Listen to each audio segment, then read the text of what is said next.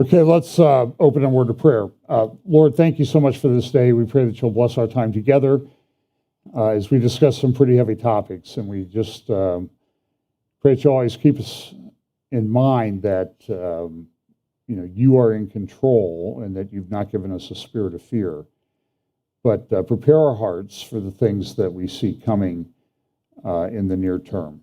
Bless us today in Jesus' name. Amen. Well, today I'm going to call this catastrophe upon catastrophe.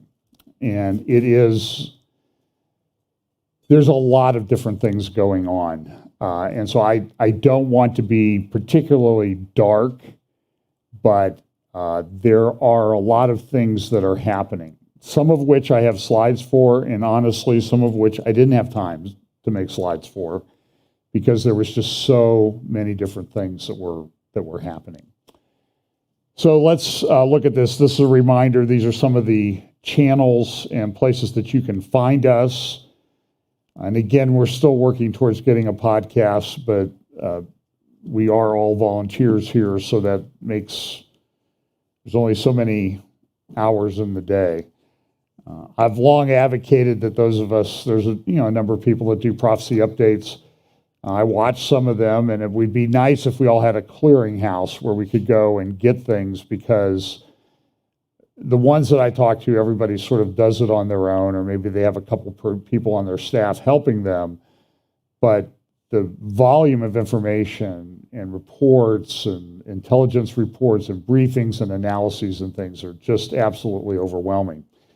So maybe that'll happen someday, but it'll probably be about 20 or 30 years into the millennium, I think, at the rate things are going. So we do talk about the convergence of events and the acceleration of things that are happening, that, and this is similar to the way Jewish prophecy operates. Jewish prophecy, the way Jewish prophecy operates in the Bible is very often it will set up a pattern.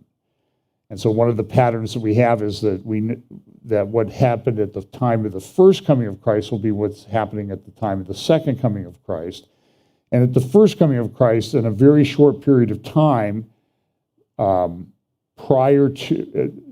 during his coming, there were a bunch of prophecies, and these prophecies were fulfilled. About 60% were fulfilled in the last week. And we've been talking about that in first hour. We're in that time in the life of Messiah, that last week. And so everything was kind of compressed and happening very quickly then. And it'll be similar to the second coming of Christ. There's a lot of prophecies that are out there, and we're just going to see them starting to be put in motion and that sort of thing as we get closer. And again, this is sort of what I have come up with, this prophecy ACLU, I call it. By the way, the regular ACLU is just, I get their emails, and it doesn't stand for anything that it used to stand for. So we have these things that are, excuse me a second. So we have these acceleration, convergence. Things will be happening like all at the same time. And so we could say, I could have said convergence of catastrophe upon catastrophe, or convergence of catastrophes. I could have titled that this week. There's also a logistics thing. We'll talk a little bit about that. That before certain prophecies are fulfilled, there has to be a buildup. So if there's a big army that's talked about, there has to be a big army buildup. It just doesn't materialize overnight. And we can base some of these things on our experience in this world, and then understanding as we get closer, we will have understanding, as it says in Daniel chapter 12. And I'll allude to some passages today that might bring to mind some of the four horsemen of the apocalypse, particularly the third and fourth horsemen. In fact, let me just read this passage from Revelation chapter 6 about the first four seals. So it'll just be Revelation chapter 6, verses 1 through 8. Now I saw when the Lamb opened one of the seals, and I heard one of the four living creatures saying with a voice like thunder, "Come and see." And I looked, and behold, a white horse. He who sat on it had a bow, and a crown was given to him. He went out conquering and to conquer. And this is why one of the things that I say is that these seals, you don't open the seal and then boom, immediately everything regarding that seal is fulfilled. Because it says here that the rider on the white horse goes out conquering and to conquer. So it's a process that's there. And then the second seal, verse 3, when he opened the second seal, I heard the second living creature say, "Come and see."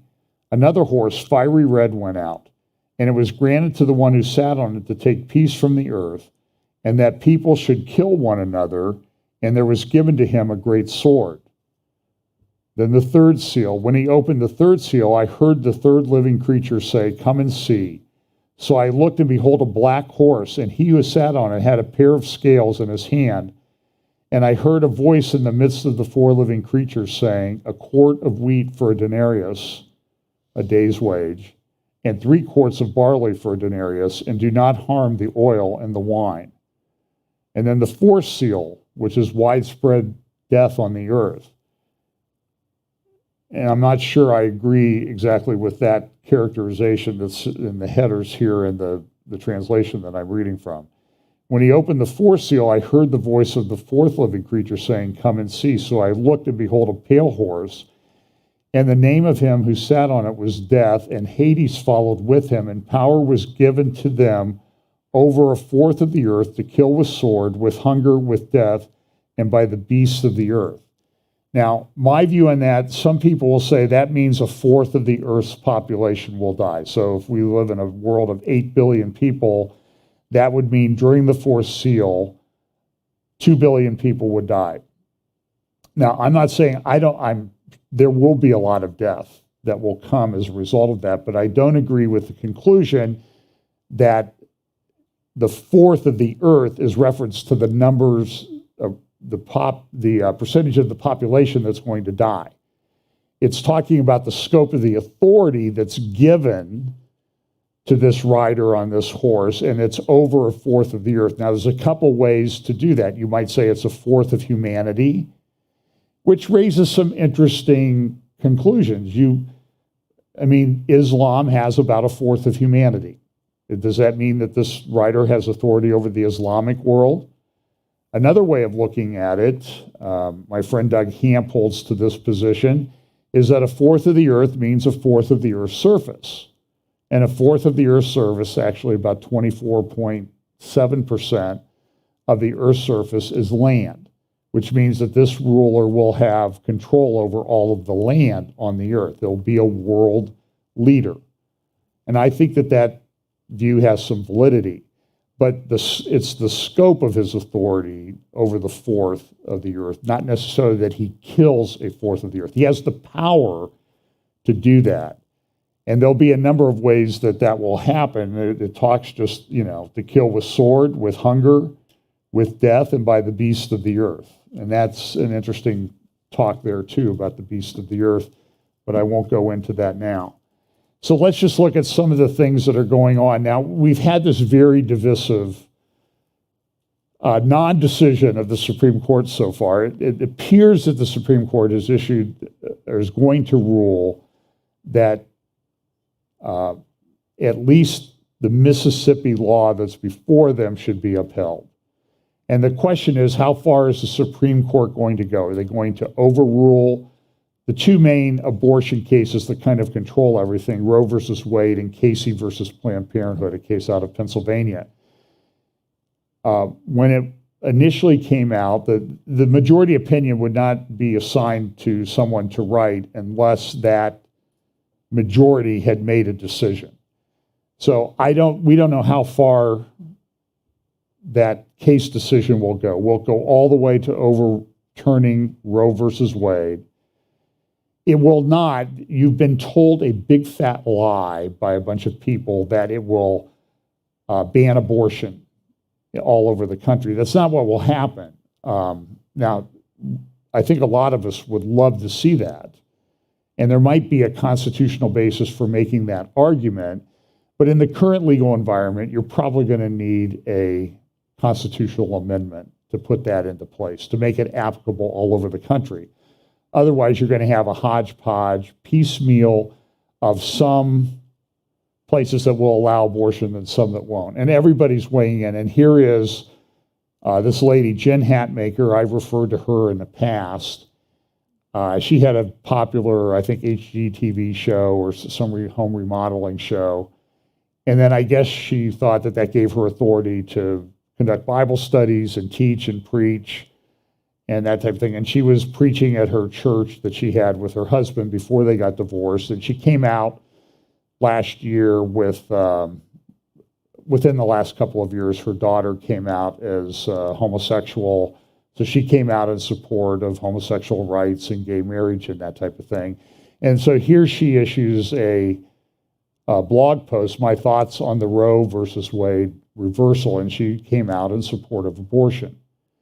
So at some point, you know, we have to demand that people like this stop using the term evangelical when they describe themselves. And she's talking about how this will affect women, and I'm all for women, and this will, and she sounded like Janet Yellen. You remember the video clip I played of Janet Yellen, who goes to Congress and she's talking about the economic aspect. It'll be so hard on women and they'll be affected economically. But nobody ever considers the fact that since abortion was allowed in the United States, across the country by Roe versus Wade, we've had 75 million babies killed. And they're babies. They're babies with separate DNA that will live outside the womb. And that would have make a big difference in our economy if we had that many people that were around working. So I don't want to hear these ridiculous arguments. Now, this is an interesting article from the Times of London, and it talks about extremism pushes the U.S. towards dystopia. And what this is based on, and here's a sort of related article, racist replacement theory has to be quashed. So these things happen so quickly now. When was the Buffalo shooting? About a week ago? Okay, so about a week ago, a crazy, deranged, psychotic, sociopathic individual goes into a Buffalo supermarket in a black neighborhood, and he starts shooting people. And he was clearly a racist and that type of thing. And he had a 180-page manifesto. And of course, you can't get the manifesto and read it. Just like, remember the guy who went in and shot up, I think it was a mosque in New Zealand. He had a manifesto. Now, I was able to grab that. I think I might still have a copy somewhere. But immediately, the government didn't want you to read that. And so this one, I've not been able to find a copy of it. 180 pages, but what happened was immediately there was a parade of people, Nancy Pelosi, Chuck Schumer, President Biden. I don't know if Kamala Harris talked about that or not. Kamala, whatever she calls herself from day to day. I don't know if she talked about it, but immediately they came out and said, well, this is a racist theory, because people like Tucker Carlson and conservatives, they believe that immigration is being done so minorities can replace whites as the majority in this country. And that may have already happened, honestly. But that's not what it is. In fact, the people who came up with the replacement theory were left-wing lunatics because they talked about this is how we're going to change America. Eventually, America will become the minority will become the majority, and you white people and your white privilege and everything will be out and nobody will care. And most of us don't. I have to be honest, I'm a conservative politically, as you may have gathered. It may have bled through. I try to mask it so hard. I try so hard to mask it. And I don't really care what race you are. I really don't. care more about your values and what your positions are. And I think that would be true of every other conservative that I know. But see, what they have to do is they have to demonize people. And immediately they have to demonize people with, oh, well, you believe in this racist thing and you want it. No, that's not true. I was at the ARC encounter a week and a half ago, with Bill Koenig, my good friend. And he was down in Cincinnati, so I went down and picked him up, and we went out to the ARC. And it was kind of interesting because Ken Ham, years ago, I heard him make a statement that the Bible is against interracial marriage. In the sense that, and he was making a joke, he's not doing it in terms of what you think. He's saying the unsaved race should not marry the saved race, okay? But he does another talk about one people, one race. And so I was just kind of joking. I went up to one of the guides, and Bill and I were talking and at the ARC, and I said, you know, I'm a direct descendant of Noah. And then she kind of said, think about it. And it's true, we were, you know, and we all are. And so the racial differences have happened, but that's not because we're not all humans. So and you see this, it's just been this litany of things, and the New York Times, the Washington Post, and everybody, they've come out with these huge articles saying, oh, you know, Tucker Carlson believes in the great replacement of one race with another. And that's not what he believes in. It's just a lie. But what is it? It's propaganda. It's misinformation. I'm just telling you that as we get closer to the midterm elections, the propaganda that you're going to see to demonize, particularly other parties, because right now the polling looks like Republicans should have a very good year. But the people on the other side that don't want that to happen, they are not going to go away quietly. And you're going to see a tremendous amount of information. Now, it's interesting that Caroline Glick, who I do respect quite a bit, and I would highly recommend that you read her column. She wrote a column in Israel Hayom on Friday that was called Demonization American Style. I'll just read a little bit from that because I think it's very good thoughts. And she grew up in America. She was born in Chicago. Well, she grew up in Chicago. Demonization, the effort to portray a political rival as an inhuman monster, has long been a means to mobilize a public support. The ancient Romans did it. The Soviets didn't know there was another option. While negative campaigning has long been a tried and true method for winning elections in the free world, actual demonization was fairly rare, particularly in the United States. Actual demonization was a fairly rare phenomenon until after the turn of the century. But in recent decades, now when I grew up, the turn of the century meant 1899 to 1900. Now the turn of the century means something completely different. I ran into somebody the other night, and a young man, and we were started talking about basketball. And I said, I thought Larry Bird was the GOAT. He was the greatest of all time in many respects. And I had gone for a year to the same university that he played basketball at. And the guy goes, yeah, I read about him in a history book. I hear he was really good. He had been retired for a long time when I was born. Like, well, how old are you? Well, I was born in like 1998. Thanks. So when he thinks turn of the century, young whippersnapper, says, I hate it when people say things like I used to do when I was that age, but things have changed. So here's what she says about this use of this Buffalo shooting. Last Sunday, Speaker of the House of Representatives Nancy Pelosi showed how it is done in an interview with CNN.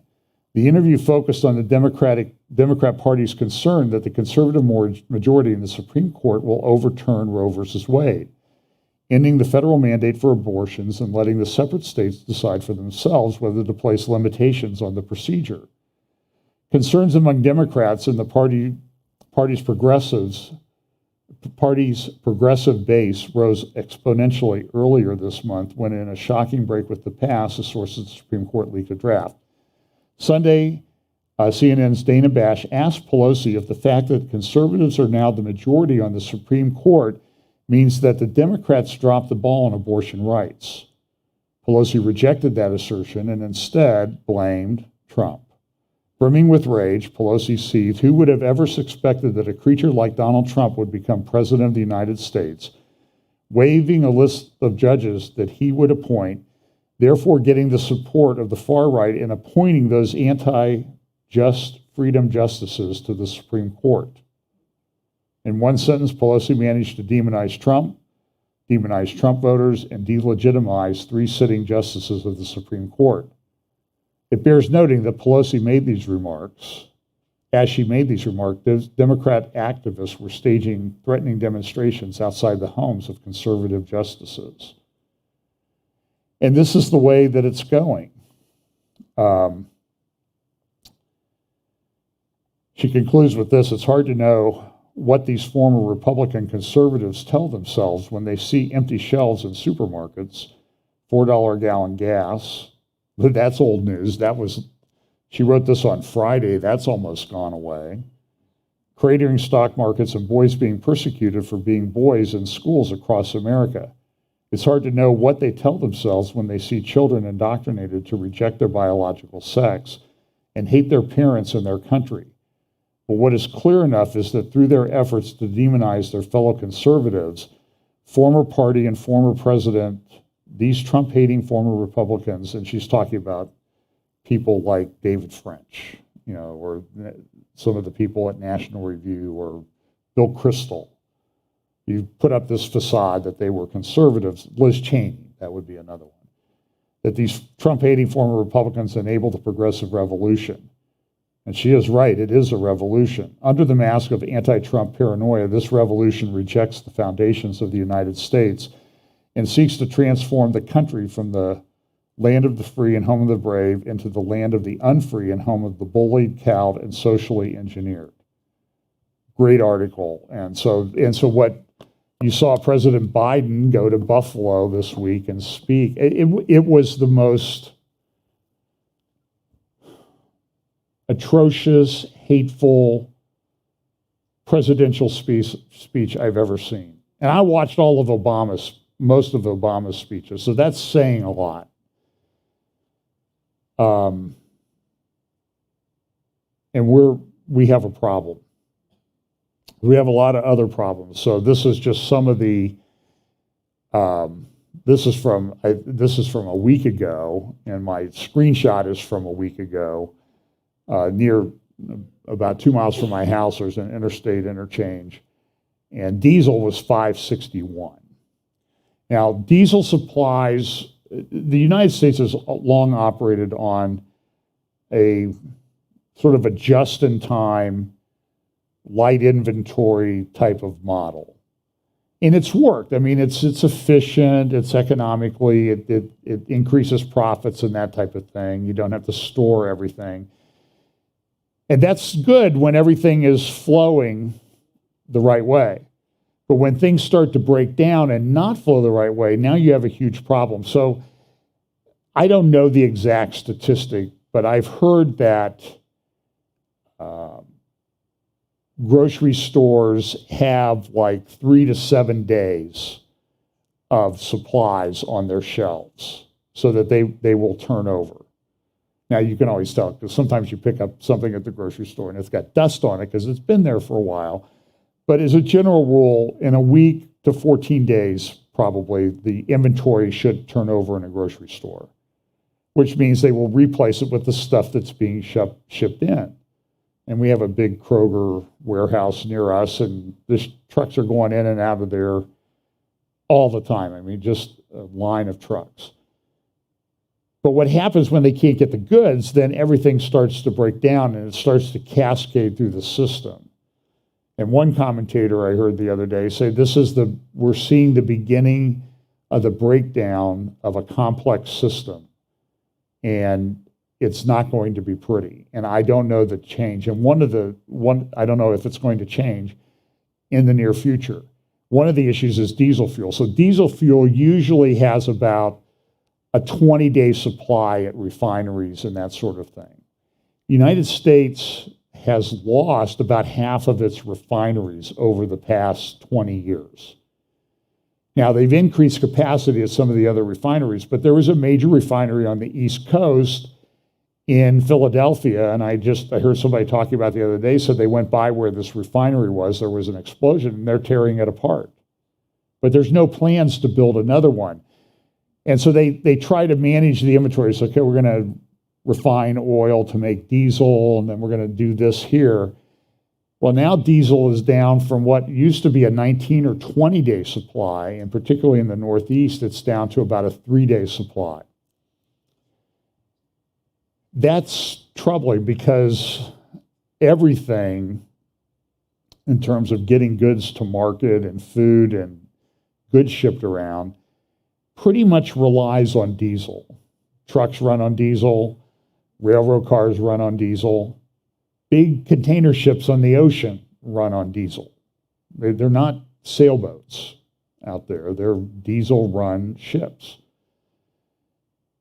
And when this starts to break down, it's going to be a problem. Prices have gone up. Some places they're $7 a gallon or more.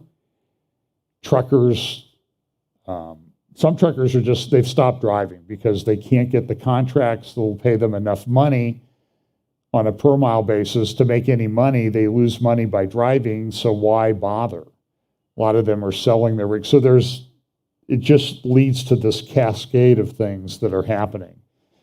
It also has a big impact on farming because tractors run on diesel. And you see the big tractors they have now. I was listening to a farmer on an interview yesterday. He and his family own 3,000 acres down in Florida. They've decided because the price of diesel and fertilizer and that type of thing, they're only going to plant 1,000 acres this year because the price of their fertilizer is up 350% compared to last year. So they either plant without fertilizer, but a lot of the seeds are really tied to being fertilized to unlock their potential. I heard another interview with a guy who had met with Ohio farmers who said they're going to plant without fertilizer this year, or they're not going to plant. The farmer in Florida said, or I guess it was an Ohio farmer, said he went down to fill up his tractor with diesel and it stopped filling at $850 because it hit his credit card limit for that transaction. So he had to get another credit card to finish out the transaction. And I'm watching people in big SUVs that, when I fill up for gas and they're, I'm seeing $125, $150 gasoline charges. I've never seen that before in my life. So you have this, everything is just breaking down in the system. It's also causing, this is another thing that's happening. Well, we've heard about formula shortages. And I was asking questions last night about, did we have formula when I was a kid? I guess we did. I don't know. I don't remember how I got fed the first few years. Obviously, I did. You can look at me and see that. But so there was a problem at a Abbott plant up in Michigan that makes about 40% of, depending on how you categorize the formula. They had a problem. They thought it was a bacteria issue. They shut the plant down. They did a bunch of testing and analysis, and they found that it really wasn't the plant, but before the plant can come back on, it has to be inspected by the Food and Drug Administration, which only has like 8 or 9 inspectors of that type. And so they've been sitting there since at least February or late January trying to get the plant back online. And they say when we get the plant back up and running, in a few months we can get everything caught up. That's because there's just not a bunch of formulas stored someplace. And so everything is breaking down. There's power problems. There are power grid warnings being issued by utilities all over the country because there's not capacity in the system for a bad heat wave. Now that's coupled with some other problems. For example, here's a historic drought. This is a picture of Lake Mead in near Las Vegas. And so I'll just read this. Human skeletal remains were recovered from Lake Mead this week as the country's largest reservoir receded to historically low levels and severe drought conditions and rising temperatures. Days earlier, boaters had found a barrel buried in mud that contained a corpse, likely from a 1980s gunshot victim, said police. Lake Mead is part of the Colorado River Basin, which provides water to more than 40 million people across 7 western states and parts of Mexico. The reservoir is at about 30% capacity, while Lake Powell, which also fills from the same Colorado River, is at 24% capacity. California's 2 largest reservoirs, Shasta Lake and Lake Oroville, are at critically low levels just as the state enters its dry season. California depends on heavy rainfall in March, but the state got just 1 inch of precipitation that month, as temperatures were 3 degrees warmer than usual. Water use, meanwhile, jumped dramatically in March as homeowners responded to the drought by watering their lawns earlier than usual, using the most water for the month since 2015. Los Angeles Mayor Eric Garcetti asked residents and businesses to cut landscape watering from 3 days per week to 2. The state relies on melted snow from the Sierra Nevada mountains, but snowpack this year was at just 27% of the historic average. Statewide, 20% of wells are reporting all-time low water levels. Government officials expect 350,000 acres of Sacramento Valley farmland to lay fallow this year. But that Central Valley area is where we get about 40% of our fruits and vegetables. And then you have the shipping problem, because now the trucks aren't running because there's not diesel and lack of drivers. And you see how all of this cascades together. So The Economist this week, and I don't agree with The Economist. I've shown you The Economist, but they do like a predictive issue each year, what they think is going to happen. And remarkably, there's a lot of things that seem to come about. So they'll do like the world in 2017, 2018, 2020, 2021. They do that issue each year. And sometimes they're kind of, you have to kind of really work to figure them out, what they're trying to say. And one year, a few years ago, they actually used the 4 horsemen because they were predicting shortages and things that we see in the 4 horsemen of the apocalypse, which I just read you in Revelation 17. So their current issue is called the coming food catastrophe. Now that was picked up on by Guterres, Secretary General Guterres of the UN, at a meeting this week in New York where he said this. When war is waged, people go hungry. We are on the brink of a perfect storm that threatens to devastate people and economies. Well, I guess I thought I had more of a clip than that, but I guess not. Well, good, because we don't like to listen to him that much anyway. By the way, just so you know, I'm going to talk about the World Health Organization is having a big meeting in Geneva, Switzerland, starting today. And there's some very serious implications about what they're doing, I think. A lot of other people think. Of course, it's all fake news if they don't agree with you. You're just this radical, crazy, loony conspiracy theorist, conservative, and you just, and so, listen, what's one person say? There are no conspiracies. There are no conspiracies, but there are no coincidences either.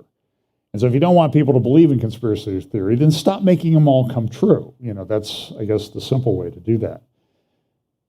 So Gutierrez did that. So you have this article from the Economist, but it looks like grain shock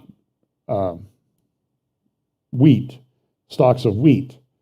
But when you zoom in, look at what the kernels of the wheat are made to look like. Now, I showed this to a bunch of people. I posted on my Facebook page, and they're like, that's creepy. That is creeping me out. But this is what, The Economist is an important magazine. It is what people are thinking about and what they're seeing, that this is a coming food catastrophe. So let me just read for you a little bit from this article. Give me a second here.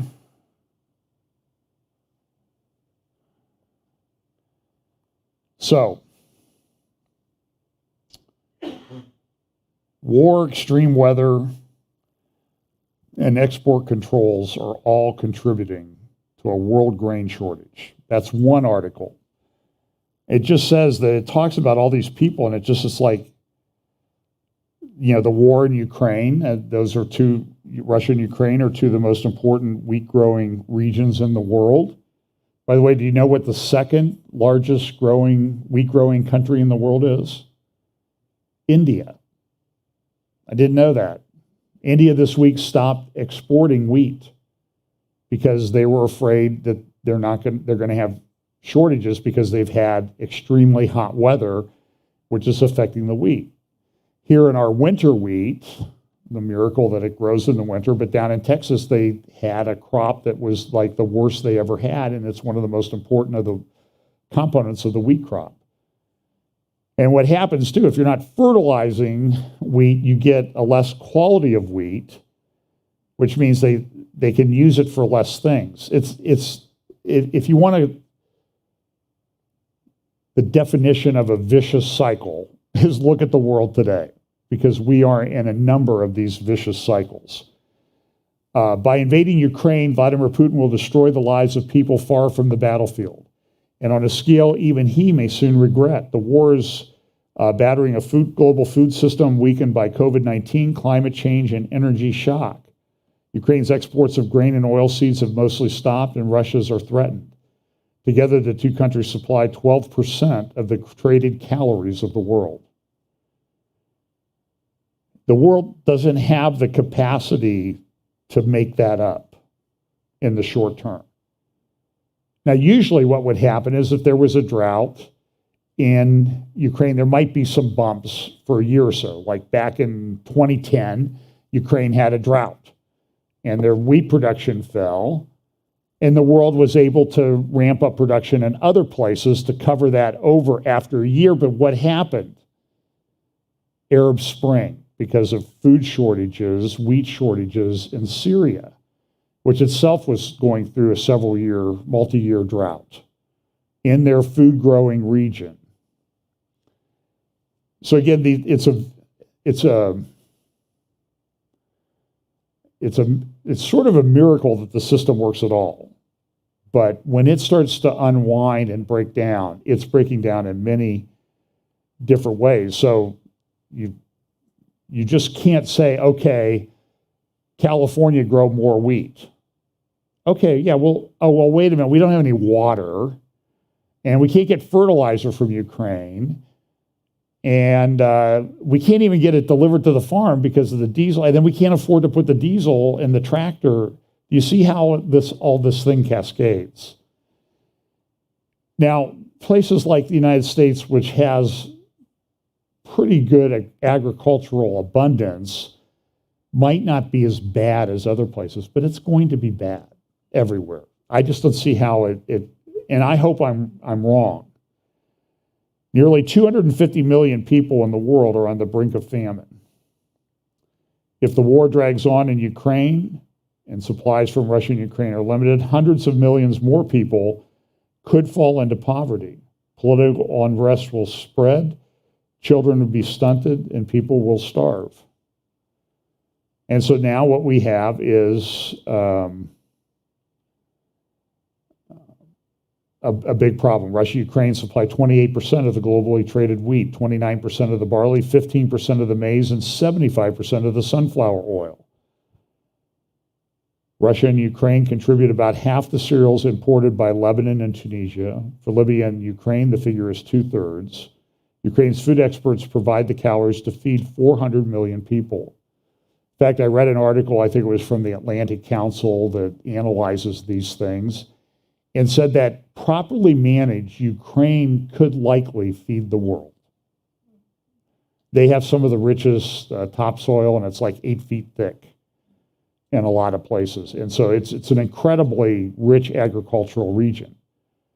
But I'm reading they've tried to plant, but there's mines in the fields that the Russians and the Ukrainians have put there, and it just doesn't work. So you have extreme temperatures in India.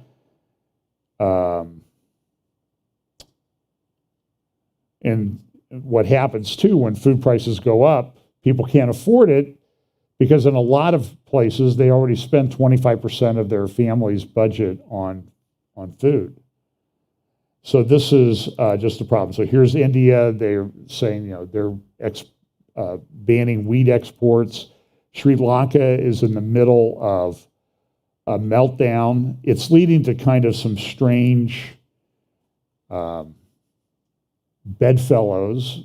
Well, they're kind of ideologically the same, but in Iran and Cuba now are doing a bartering trade for wheat because Cuba can grow wheat, but they need oil. So Iran's going to send oil there in exchange for wheat. And I think I have a slide later. There are food riots going on right now in Iran because what they did last week was they cut the food subsidies that they used to subsidize the cost of food, and they just stopped them. And so what happened was cooking oil, wheat, flour, bread went up, in some cases, 400% in a week. And people get a little bit kind of gnarly and angry when they're hungry. It's bad. This is Financial Times. Wall Street went into a bear market. Global economy, today's Washington Post, on an edge of a knife. Here's an article from Bloomberg. Age of scarcity begins with a $1.6 trillion hit to the world economy. The ties that bind the global economy together and deliver goods in abundance across the world are unraveling at a frightening pace. Russia's invasion of Ukraine, China's COVID-0 lockdowns are disrupting supply chains, hammering growth, and pushing inflation to 40-year highs. They're the chief reason why Bloomberg Economics has lopped $1.6 trillion off its forecast for global GDP in 2022. The United States GDP is about $22 trillion. But what if that's just the initial hit? War and plague don't last forever, but the underlying problem, a world increasingly divided upon geopolitical fault lines, only looks set to get worse. And it's going to stay. You saw cases this week where Target, their stock dropped 25% in an hour. Walmart dropped 15% over 2 days. Walmart executives are saying, hey, we got a problem. We're not selling gallons of milk anymore. People are buying half gallons. Why? Well, because they can afford a certain amount and the price has gone up, they'll buy a half gallon. But then that leads to nutrition issues. So you see, it's just it is a vicious cycle. For 3 decades, a defining feature of the world economy is its been ability to churn out ever more goods at ever lower prices. The entry of more than 1 billion workers from China and the former Soviet bloc into the global labor market, coupled with falling trade barriers and hyper-efficient logistics, produced an age of abundance, but that is over. And so what Bloomberg article is saying is this is now the new age of scarcity. All of this risks leaving advanced economies facing a problem they thought they'd vanished long ago, that of scarcity. Emerging nations could see more acute threats to energy and food security like the ones already causing turmoil in countries from Sri Lanka to Peru and now Iran. And everyone will have to grapple with higher prices. Here's an interview on Pandemic War Room with Ed Dowd, who is a former BlackRock financial analyst.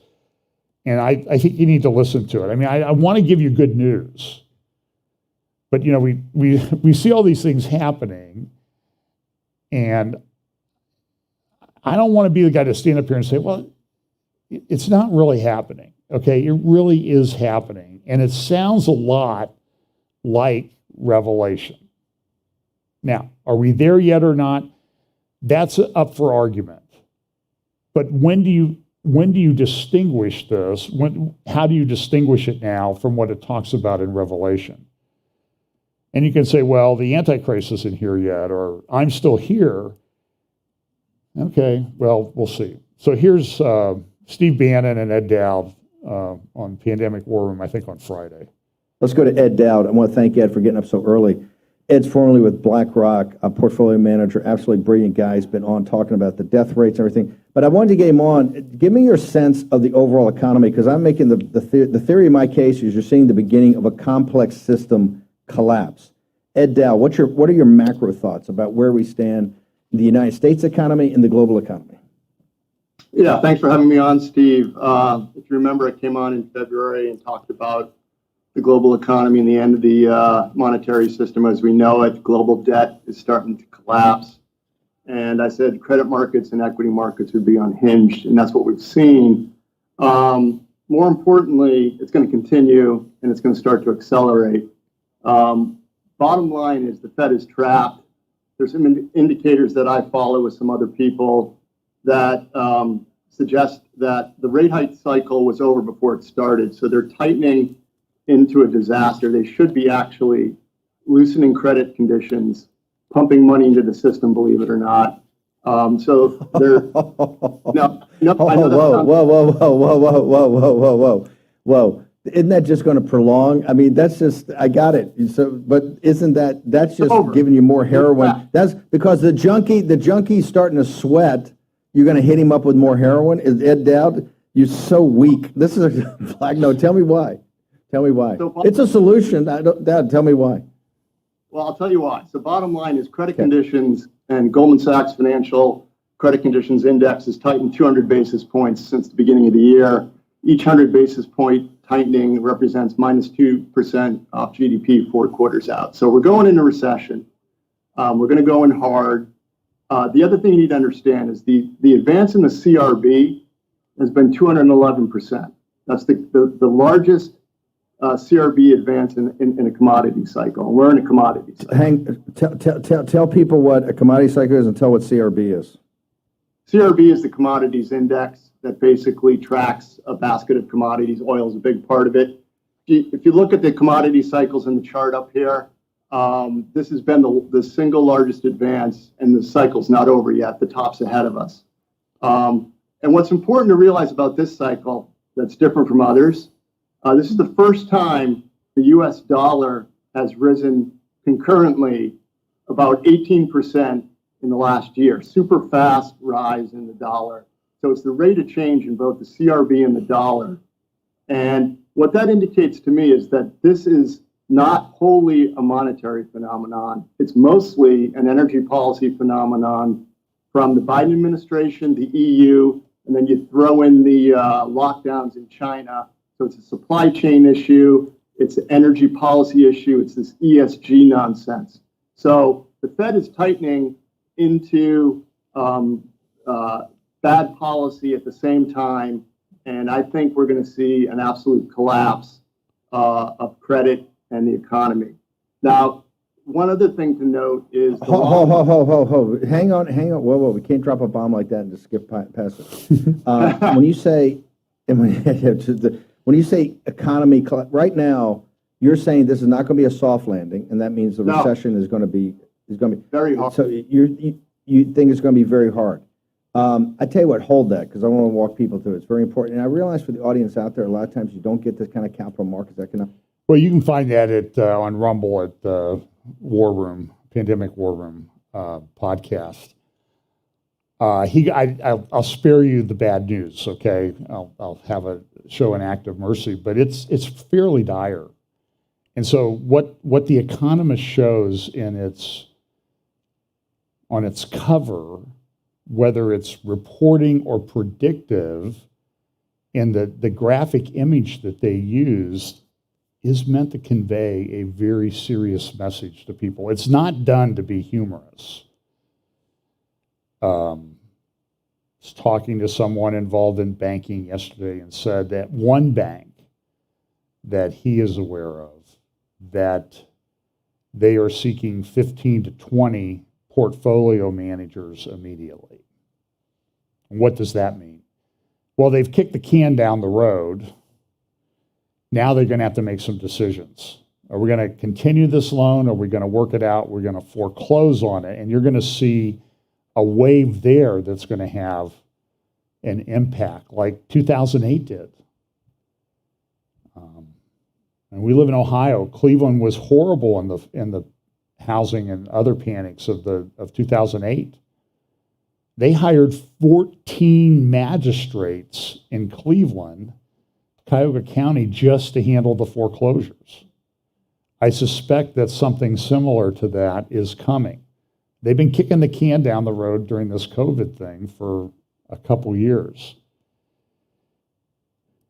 And the interesting thing is, so here's Financial Times, is the world heading for a recession? And let's hope it's only a recession. Let's hope it's not stagflation, which is worse. Biden's now less popular than Jimmy Carter. Remember 18.5% mortgage rates? Now, some people benefited from that. Hey, I'm getting 21% on my certificate of deposit. It's a different world than any of us have ever lived in. Here's the so-called conservative, I'll use that in scare quotes, Scotty Morrison down in Australia was voted out. Looks like the left-wing Labor Party is going to take control. And people were complaining about what was going on. Well, some people were complaining about what was going on with regard to the Charlie Vector restrictions down in Australia. So what did they do when they had an opportunity to vote? Give me more. Bring it on. I haven't had enough of that loving that you guys give to us, taking away our freedom. This is I think the picture that I might have skipped over. You know what this is? That's a busy highway interchange in Shanghai. That's usually packed bumper to bumper with cars. What is there, one car there? Two? Oh, okay. So, man, there's two there, okay. Probably each doing 98 too, but if it's like, have you noticed fast driving on the freeways around here?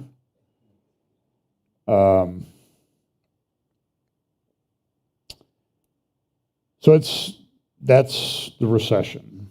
So is that the black horse of Revelation or the pale horse? I don't know. I don't think so, but it's certainly a big, heavy preview of it. So I'm going to spend a little time with this. I'm going to try to do a little bit on the Middle East. I can see that I'm way behind in the time that I wanted to spend, but it is what it is. So the World Health Organization, I love this graphic that I saw. I forget where I saw that. So what they're doing is they've proposed an international treaty on pandemics because the last one went And I don't know that they need the treaty. They certainly did a lot of the things. They adopted the China model of lockdowns and that sort of thing. And so now they want to do a pandemic treaty to make it incumbent on everybody. And so this is the EU has put together a nice little infographic about we need to be better prepared for the next pandemic because there's a next pandemic coming, don't you know? I'm not sure what it is. It might even be Charlie Vector coming back. And they're predicting a bad fall for Charlie Vector, by the way. And it just seems to coincide with the United States midterm elections. And they're talking a lot of mail-in voting or lockdowns. And I think if you don't have a certain treatment for Charlie Vector 019er, you're probably not going to be allowed to vote. That's my guess, the way this is going. And I've said that to a couple of people, and people look at me like, you're out of your mind. That's unconstitutional. They don't care about the Constitution anymore. Come on. Get over it. Show me where they care about it at all. So there's, pandemic prevention and response requires a global approach so that the next time a pandemic strikes, the world is better prepared. And they have all kinds of praise for that leftist Marxist Tedros guy that heads it up. Why an international agreement? It will ensure, sustain, and long-term political commitment, define clear processes and tasks, ensure long-term public and private sector support, foster an all-of-government and all-of-society approach, integrating health matters across all relevant policy areas, research, innovation, financing, transport. But to me, what that sounds like? We're gonna run it all, and we're gonna decide at the WHO level. Talked a little bit about this. So here's a report that came out in early May from the World Health Organization, zero draft report of the Working Group on Strengthening WHO Preparedness in Response to Health Emergencies to the 75th World Health Assembly, which starts today in Geneva, Switzerland. And so here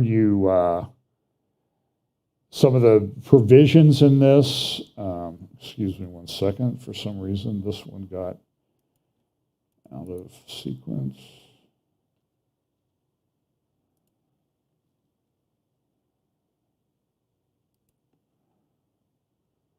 So the zero draft, it's called Working Group Preparedness and Response. So up in the right-hand corner, you see A/WGPR, that's Working Group Preparedness Response. And so this is their official document. And so they have different things that they break it down. So one of the things they talk about there is global surveillance. The working group expressed strong interest in the application of a One Health approach. Sounds kind of like a One World approach, doesn't it? That would yield significant benefits for the international community to reduce the risk posed by emerging diseases.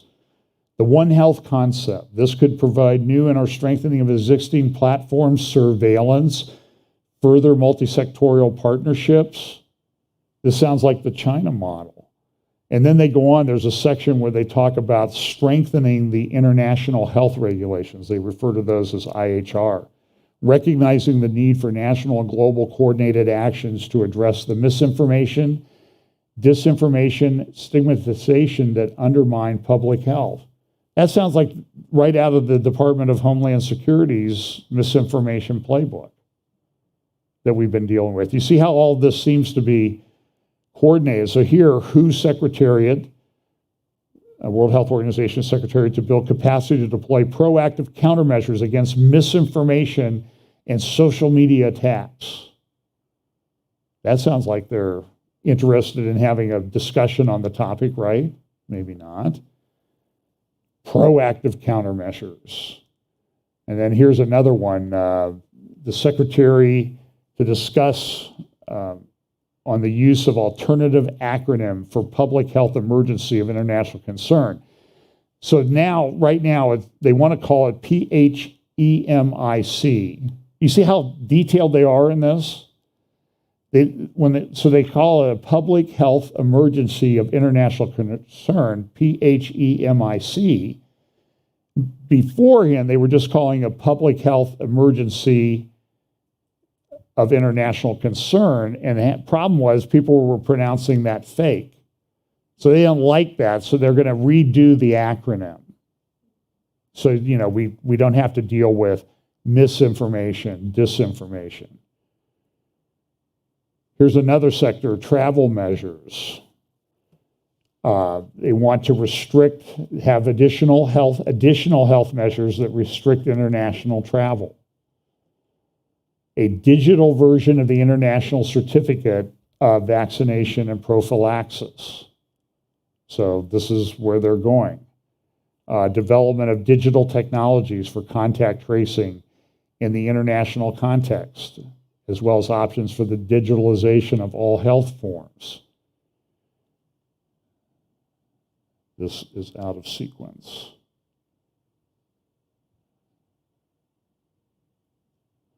So while you're chewing on that, this is from I think a Philadelphia school, Philadelphia Trans Wellness Conference, a program of the Mazzoni Center. So they're funding this in our schools. This is what Christopher Rufer says. He's talking about the trans ideology movement. And this is being done in schools where they're having kids come and talking to them about these subjects.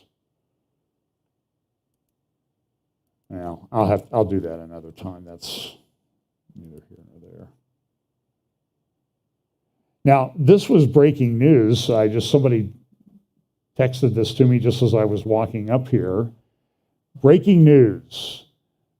Belgium becomes the first country to introduce mandatory 21 days quarantine for the people who test positive for the monkeypox. Have you heard about the monkeypox? It's the latest pandemic. Now, we know that with regard to this particular pandemic, there wasn't a thing, and this is another conspiracy theory charge. There was a thing that happened a couple months just before they did it. It was Johns Hopkins, the Bill and Melinda Gates Foundations, Department of Homeland Security, did a big conference called Event 201. And they talked about, okay, if there is a coronavirus, a Charlie vector pandemic, how are we going to respond to it? And if you go through and you watch those sessions, they're still available online, Event 201. And go to session 4, and it will show you a lot of what we've seen about how they want to control and get rid of disinformation, misinformation, and shut people down. And boy, have they ever. What's interesting, though, if you dig into their website, you'll see there was a thing called the Atlantic Storm, which was like a series of terror attacks. And this was all done through the Johns Hopkins Center for Health Policy or Center for Security that they have there. And they have they call them desktop exercises. They get a group of people together and they talk through how they're going to handle these crisis situations. So one of them related to an expected, what would happen if we had a Charlie vector outbreak. Back in 2004, they did, there was a series of terrorist attacks involving pathogens and toxic materials. In 2018, they had one. The year before, Event 201, they had one called Cloward-Piven, which related to another medical emergency. And so they've done a series of these. And you can find the videos and everything. Go to the Johns Hopkins website. Well, if you dig around there, you'll find that they did one in November or last year. And it was called Strengthening Global Systems to Prevent and Respond to High-Consequence Biological Threats. The 2021 tabletop exercise conducted in partnership with the Munich Security Conference. And this is a picture of the PDF there, the publication. And look at some of these things that they have here. So they did a scenario where this outbreak of this pathogen resulted in 3 billion cases worldwide and 270 million deaths. So this is just a few months ago, 6 months ago, they had this exercise. And again, done by all the same people that did the ones before. So you can read through the executive summary if you want. This exercise portrayed a deadly global pandemic involving an unusual strain of monkeypox virus, Boy, they're good. That emerged in the fictional nation of Britannia and spread globally over 18 months. Ultimately, the exercise scenario revealed that the initial outbreak was caused by a terrorist attack using a pathogen engineered in a laboratory. I didn't think we were allowed to talk about that. With the inadequate biosafety and biosecurity provisions and weak oversight. I didn't think we were allowed to talk about that either. But it's okay when Johns Hopkins do it. So let's support the work of Johns Hopkins, and then we can talk about it too, right? Maybe. By the end of the exercise, the fictional pandemic resulted in more than 3 billion cases and 270 million fatalities globally, worldwide. And so they came up with a series of things. What do we have to do? Well, interesting that this comes out, and then right after it comes out, the World Health Organization wants to redo their global treaty. And so here's one of the recommendations: bolster international systems for pandemic risk assessment, warning and investigating outbreak origins. Bullet point number 1, the WHO should develop a graded, transparent international public health alert system. And when you read through what they're trying to do and the amendments that the United States has proposed, that's what they're trying to do. They're trying to amend a treaty, and a treaty is supreme law of the land as the Constitution, under our Constitution. The UN should establish a new mechanism for investigating high consequence biological events of unknown origin, which we refer to as a joint assessment mechanism. You can find more of that on page 22. But here's the interesting thing. So when they were doing their fictional scenario about the outbreak of the monkey thing, they said, well, in our scenario, it starts, and here's a picture of the graphic, and it says here, the attack happens on May 15th, 2022. So that was last Sunday. So what happened this week? Well, we have all this stuff in the press, and now Belgium has put in place 21-day quarantine for people who come down with monkeypox. That's just kind of there are no conspiracies, but there are no coincidences. Here it is. Attack May 15th, 2022. 1,400 cases, 4 deaths. Go look at the news reports about it and see how many cases there are and how many deaths there have been. And it's in the United States now. Now, I don't think it's as serious as anybody that they're making it out to be, but understand that this is it's here, and so the question is, are they going to use this? How are they going to use this? And in Geneva today, do you think that this subject has come up and said, hey, maybe we can use this current outbreak to ramp up the powers that we have as the World Health Organization? It just seems to be kind of interesting timing on all of this. And I don't know where this thing came from, but there are people that are sick. I think there are even some people that have died, but it does require pretty close contact. And the United States has ordered 19 million vaccine doses to help take care of it. That'll be delivered over the next 18 months or so. So I don't know if they're expecting a huge outbreak, but the question is, what do they do with it in terms of what they take away from us in the midst of all this other stuff that I've just spent an hour telling you about? And so we talked about this last week, the Digital Service Act in the EU, and they're putting together how they're going to protect people. And some of the things they want to do is they want to protect people against that are online, and they want to protect them against what illegal products, hate speech, and what disinformation. You'll see that all over the place. So they have the international health regulations, and this is from this is by their own. This is from our CDC talking about the World Health Organization. It says it's a legally binding agreement, and they want to amend it.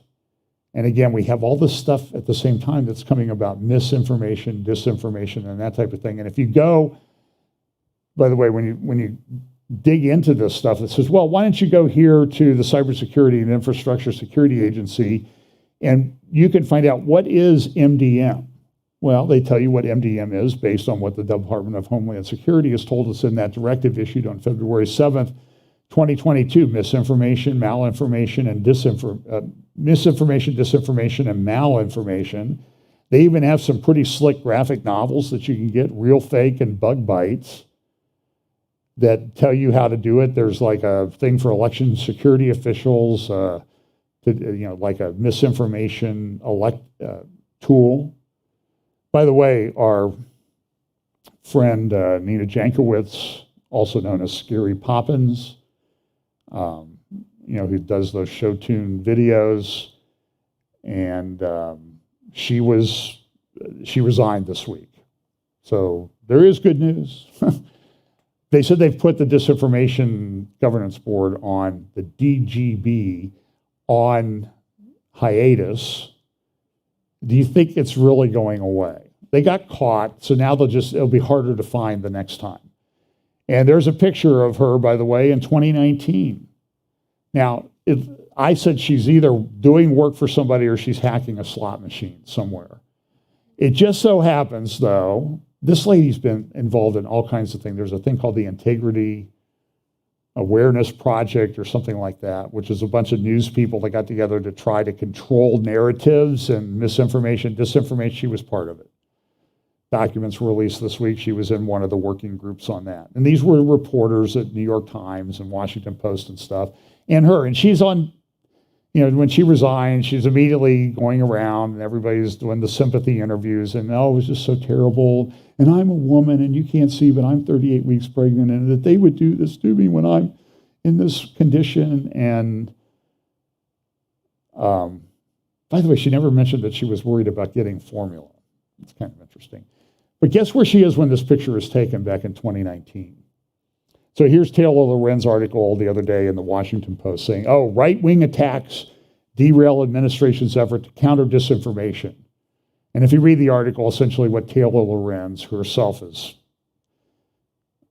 a lunatic, I don't know how else to describe it. She says disinformation shut down the Disinformation Board. But you can watch videos of her. By the way, who's she working for here in this picture? Caption up there says, this picture is taken in 2019 while she was working on the campaign for a guy named Zelensky in Ukraine.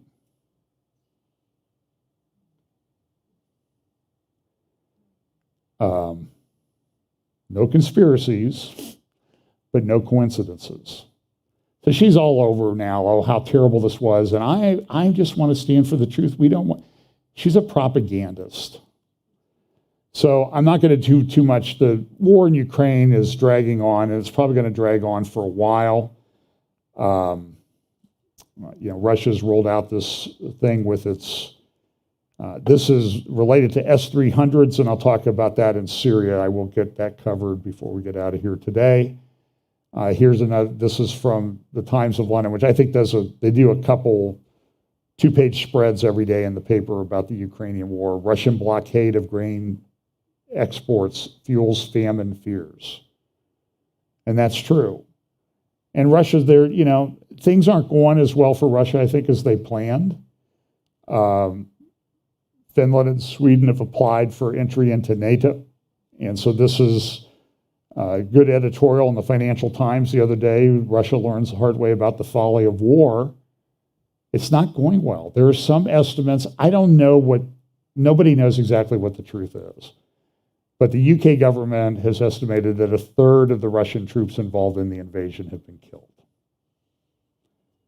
or disabled. It just didn't go well. So now Finland and Sweden, who'd never wanted to be part of NATO, are now applying to be part of NATO because they're concerned about Russia moving on Finland, and Finland shares a border with Russia. It used to be part of it. In fact, I think the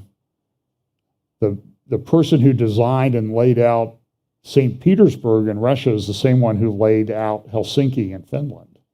So there's a lot of similarities there. They haven't asked for Russia back or for Alaska back yet, but who knows.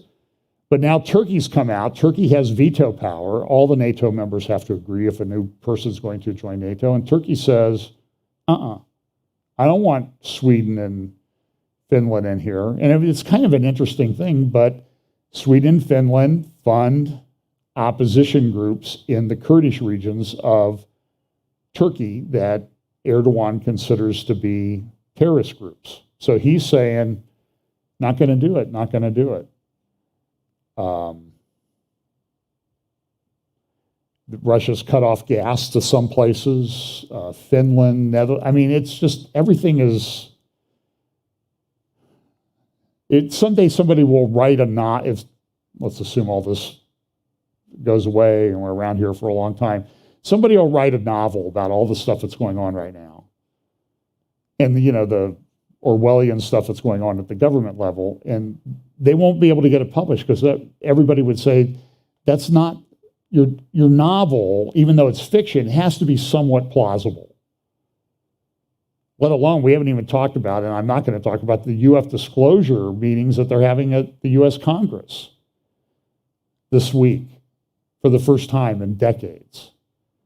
And you sit there some days and you say, I believe all this stuff in the Bible, but what's going on? So what's happened is Russia used to have, the NATO borders used to be pretty far away from Russia. And then, they've changed over time. And now they're going to move closer. And if if Ukraine, Belarus is really Russian. So what you're going to have is you're going to have the borders of NATO right on Russia's borders, as opposed to a little bit away, maybe a couple hundred miles of the Finland border and everything. So now, remember when we showed this map originally of what's going on in Ukraine, that there was a lot of red all around Ukraine. Now they've pulled back to certain areas. Now they've shut off, they've got a blockade of the Black Sea, and that's not good.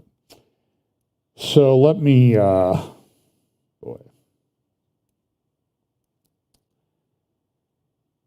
there's a lot going on right now with regard to the Temple Mount. And there's a Rom party, it's an Arab party, it's a Muslim Brotherhood affiliated party that's now part of the ruling coalition in Israel. And Abbas, the head of that party, not Mahmoud, not this guy, Abu Mazen, but another Abbas. And Rom has made some demands on the Temple Mount. And essentially they say, let Jordan run everything. Well, they say that that's the status quo, but that's not the status quo because Jordan doesn't really run everything. But they want to shut down non-Muslims of all stripes from going up on the Temple Mount. Particularly Jews, though. So there's this push going on. And it's interesting. This site is where God chose to have his house built. This is a holy place to God. It's not so much the temple, it's the place where this happened. And we know that with regard to this place, there will be sacrifices started again and that type of thing. Now, there's a lot of things going on. Is the temple being built? There was some reports this week that they're actually hewing the stones that they're going to use to build the third temple. And there's a lot of talk about the third temple in the press. In fact, there's a website, I'd never seen it before. It's called thirdtemple.org. And here's what it says. Let's build the third temple together. Now, I don't know how long this has been around. I showed you that guy who envisioned sort of a house of all faiths up there. And somebody said, well, what would they do about the sacrifices? Well, the sacrifices were not, other than the Day of Atonement, the altar was outside of the temple in the holy place. So that could be reinstated without the temple or with a ecumenical temple on the backside. And this is their purpose, to peacefully build the third temple of Jerusalem on the Temple Mount.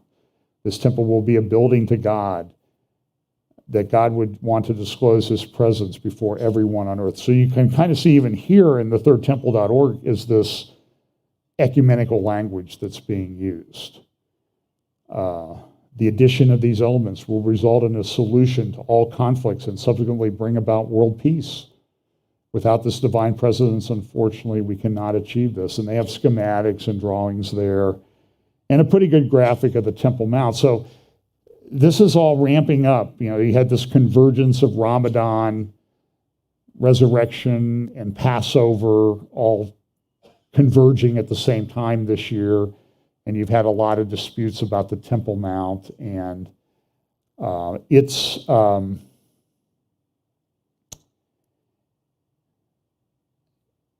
there's a lot going on.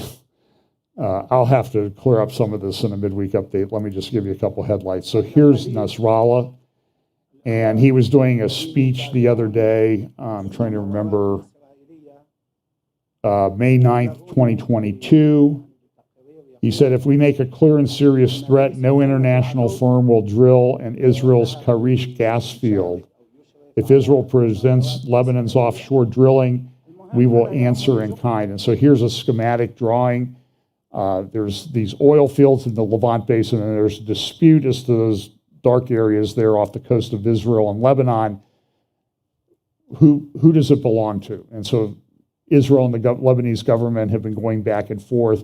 By the way, that process has been mediated by a guy named Amos Hochstein from the U.S. State Department, who was involved in amazingly, you might be surprised, he was involved in the Obama State Department. Isn't that interesting? They just don't seem to ever go away, and they're recycled. So those black areas are gas and oil deposits. So there's talk about this. And Lebanon had elections this week.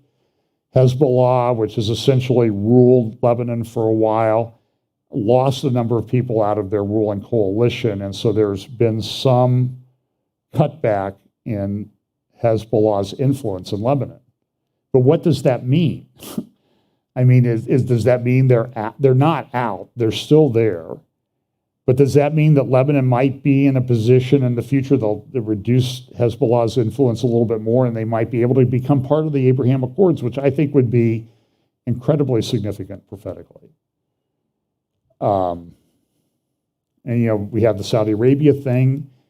Biden's kind of cozying up to Mohammed bin Salman, the Crown Prince of Saudi Arabia. He may want to become part of the Abraham Accords. The IDF also announced this week that the son-in-law of Soleimani, Qassam Soleimani, has been smuggling arms to Hezbollah in Lebanon. So there are, you know, all these different meetings going on. Here's the president of Shiite Iran meeting with the emir, the sheikh in charge of Sunni Qatar, which is a big funder of the Muslim Brotherhood. And they had a meeting in Tehran this week. I showed you pictures, I think, of Assad meeting in Tehran for the second time in the last over decade, only the second time. Assad was there to meet with Khamenei and Raisi and the foreign minister and everybody, because those are Assad's buddies from Syria. There was one incident, kind of significant. Now, Turkey steps in, they always step in. So we don't want you to build illegal settlements in the occupied West Bank. And Turkey's trying to get their own influence there and come to the fore. But the sheikh, the president of the United Arab Emirates, died a week ago, Friday or Saturday. He'd not been effectively running the country for some time. His brother, who's known as MBC, Mohammed bin Zayed, has been ruling, and he was elected the president. But then everybody and their brothers going to the United Arab Emirates, and the United Arab Emirates is behind a lot of this stuff, like on the digital passports and that type of thing, they're funding it. They've built, big buildings. Here's some video of the funeral service for the sheikh that died. This was last Sunday. His name was Khalifa, Sheikh Khalifa. By the way, they renamed the big building in Dubai. He was from Abu Dhabi. There are like 7 little sheikdoms that make up the United Arab Emirates because they're very tribal. The guy there on the right in that one picture is the new president. We'll call him MBZ. So we have MBS, MBZ. But this building in Dubai, this is the tallest building on the planet, the Burj Khalifa building.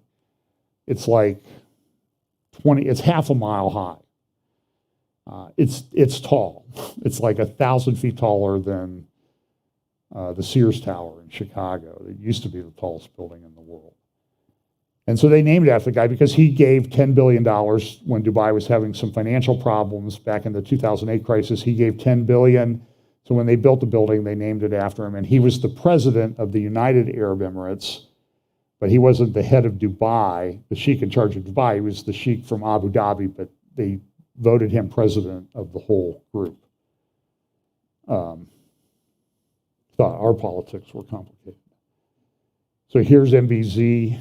And on the right is the sheikh in charge of Dubai. So the guy from Abu Dhabi is now the president. The guy on the right is still the sheikh in charge of Dubai in that big, beautiful, fancy city that they built. He's had some problems over the last year. He had to pay $500 million plus settlement to his 6th wife. And as I've said, it's the 6th wife that always gets you. You can manage 5, but that 6th one, and she happens to be the half-sister of King Abdullah II of Jordan. She's Jordanian. Yeah, royals sort of interbreed. It's everywhere. They do it in the Middle East, they do it in Europe, and they do it in DC. Quick story, I had a big case and I had an expert witness in DC, and I'm sitting there talking to the guy and he goes, oh yeah, my ex-wife is head of that agency and my current wife is a partner in this big law firm, and I'm heading up the legal department at this agency, and I'll soon go to a big law firm. And I mentioned somebody, she goes, oh yeah, she's married to my wife's sister's brother. That's like, they're inbred in DC like European royalty. Maybe why we have stupid things coming out of there. Just a suggestion. So here's the new leader of United Arab Emirates. And he was a big proponent, he's been a big proponent of the Abraham Accords. So I think those will only be strengthened. Should also note at the same time that Jared Kushner has a thing called the Abraham Accords Peace Institute. And in their governing document, they said they wanted to raise money to invest in Israel, and they've now raised $3 billion, including $2 billion from Saudi Arabia, to invest in Israeli startup companies. That's just really unheard of. So let me just cover one more thing. So Iran's behind a lot of this. This is some graphics I pulled off from a talk, an interview that Nasrallah gave back in 2019, where he talked about he talked about a map, and we're going to go after Israel and that type of thing. And he also admitted in that speech or talk that, we're going after Israel. They'll run away. They'll be scared. We're going to come after them. And in that speech, or a related one, he said, listen, we're funded by Iran. I mean, he came right out and admitted it. I was able to pull off the translation. And Khamenei, before the Lebanese election a week ago, said, Lebanon has turned into a field of resistance. But they didn't do that well. but they all celebrate Quds Day, and Hezbollah leader said recently, if Israel continues attacking Iranian targets, Tehran will not hesitate to directly attack Israel. And he should know because he's in bed with Iran. And so here's a picture. This is the Khomeini pulling oil on the fire in the Middle East while Iran is burning. And that's a pretty good graphic of what's going on because there's food riots going on in Iran. There was an article again about the demographic problems in Iran, that young people are leaving at an alarming rate. 1/4 of people who would be able to go into what they call the elites in Iran leave. Well, they don't have babies that are born in Iran then. And so this is a demographic problem. So that's why I think some of these things might happen prophetically more quickly or sooner than we think because the demographic problems. Russia has a demographic problem. Iran has a demographic problem. China has a big demographic problem. And Japan, they lost, I don't know, 600,000-700,000 people population this last year because of their demographic problem.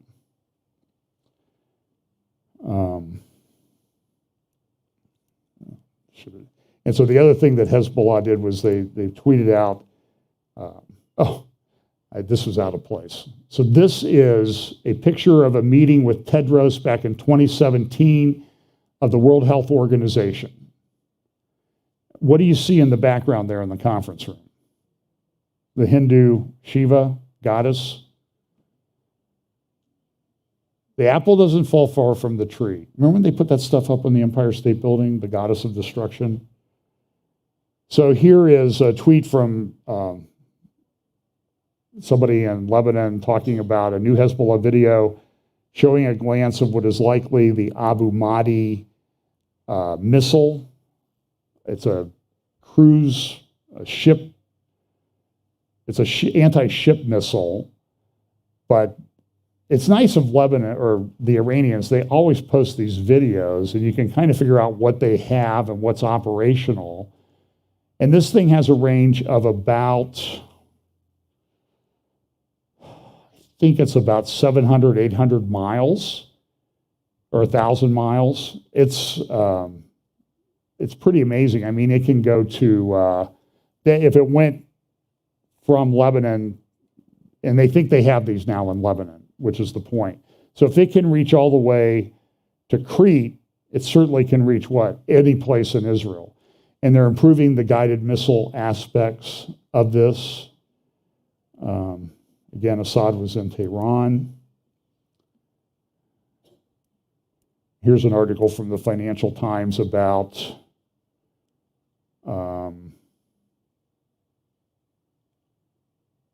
disruption in food markets. I thought this was the one about Iran, but I guess not. It's Nabka Day when they celebrate the oppression, the catastrophe. It's called the Catastrophe, Nabka, of Israel coming to be as a nation.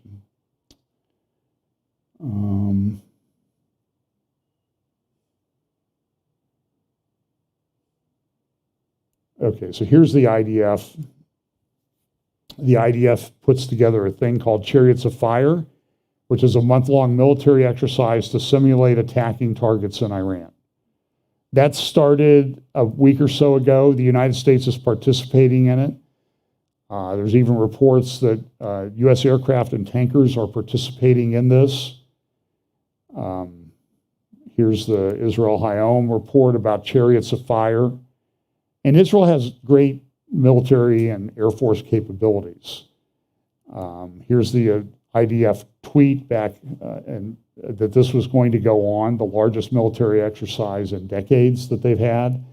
Here's a little video that they put together to kind of show some of the things they're doing. So this is a big military exercise. As I said, the United States is participating in some respects of this. And they're holding this throughout Israel in different parts of Israel. But then one problem came up because of the internal situation. I showed you the intelligence reports and strategic assessments of Israel that says we have an internal problem and the Arab cities in Israel.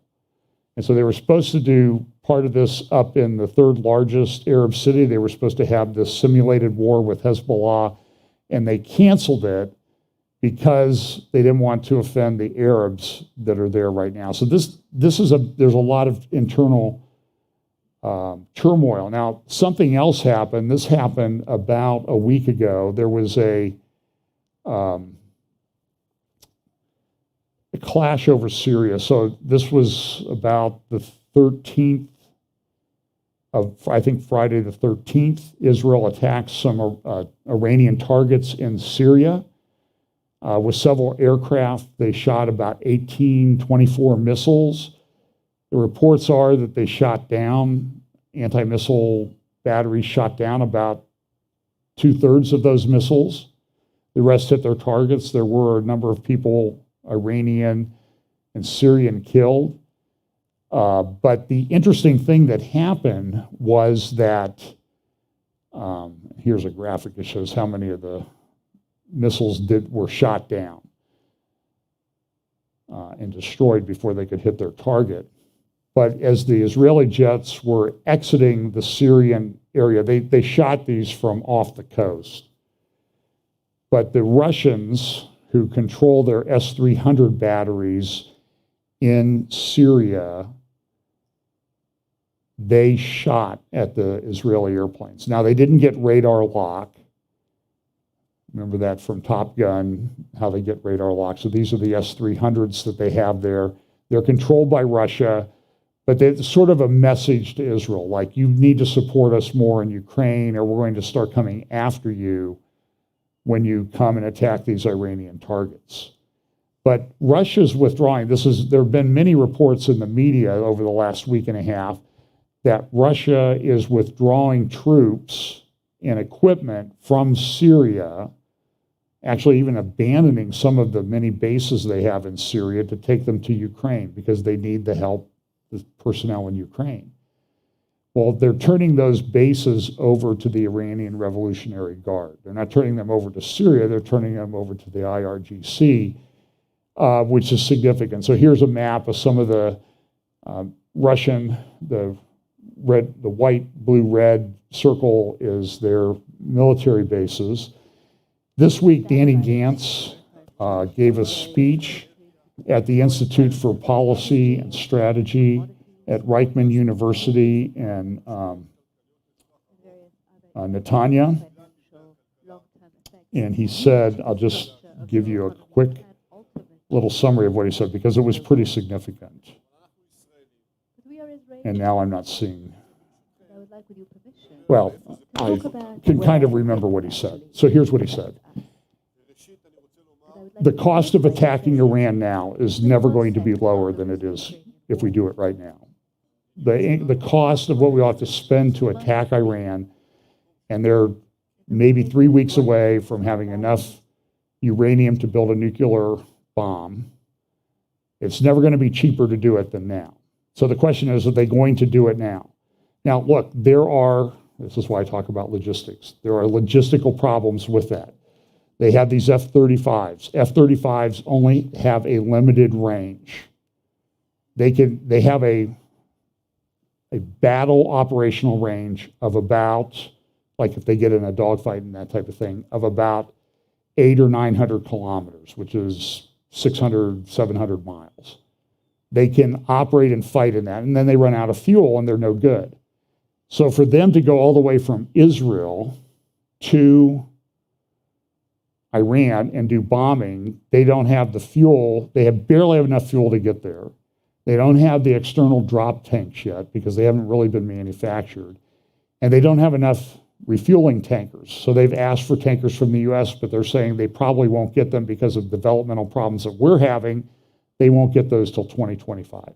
So I don't know if Israel's going to attack Tehran with a big military attack in the very near future, but they are going to continue their sabotage attacks that they've been doing for quite some time. But the F-35 is a great fighter. Israel's enhanced it way beyond, I think, the capabilities that we have in America with our own aircraft that we design. but it has a limited range. And so they don't have the refueling tankers logistically to use aircraft like this in attacks. They have some F-16s, F-15s, which have a little bit longer range.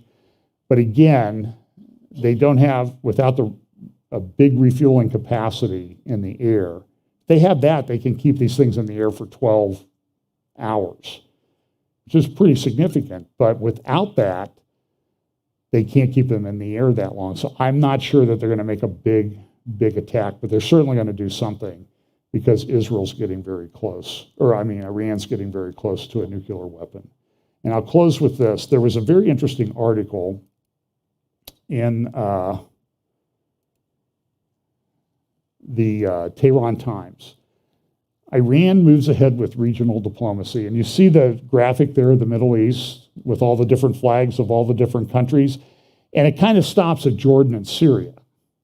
But when you go to the online version, you see a little bit more. And I think this one got by the censors because what it shows is, it shows Israel having all of Israel. That's kind of interesting. I don't think I'm sure they cropped that when they put it in the paper, but on the website you can still see that there's the flag over Israel and it's not broken down by West Bank and Israel. And so maybe we could say, listen, Iran knows what's going to happen eventually. If you dig into their own websites, they show this. Because we know what happens, all these things work out. So that's just a very brief, I know it's not brief, but it's kind of a brief summary of all the stuff that's going on. And I have dozens and dozens of slides that I didn't get to because right now, it is, as I said when I started this, it is catastrophe upon catastrophe. And it's going to be a very difficult time in the world for some time. Some places worse than others. But we know that this is how the world's going to